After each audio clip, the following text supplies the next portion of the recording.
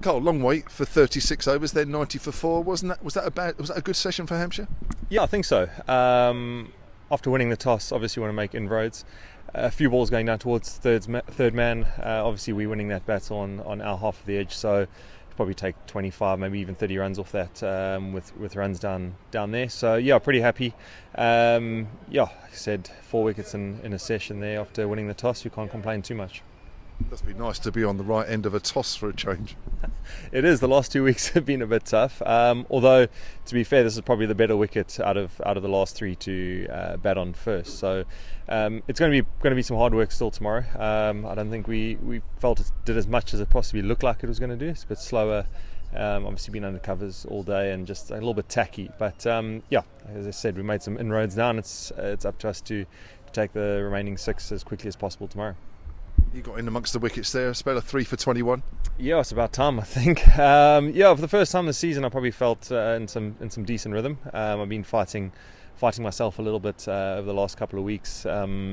Just trying to find some rhythm. Last year put me off a little bit. The body's just getting back to getting used to these long spells and long days in the field. Also, we've spent some time in the field over the last 3-4 weeks. So nice to contribute.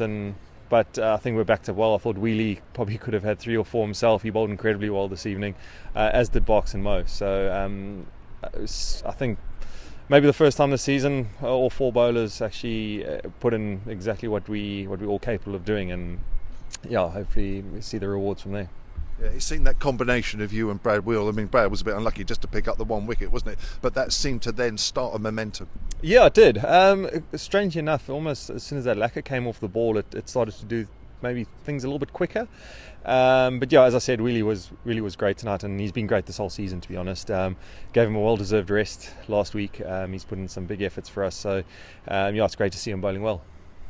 You got Hanscom first delivery, that looked a good nut as well, and good to get the captain first ball. Getting captain out, obviously always a big one that every team looks for. But I must admit, I think White was the better ball. It beat him on the outside, which I was quite happy with. I think everyone plays for that in one of mine, and that, so to beat someone on the outside and even to get the nickel from Robson, for me those balls are quite special. But as I said, found a bit of rhythm from that end.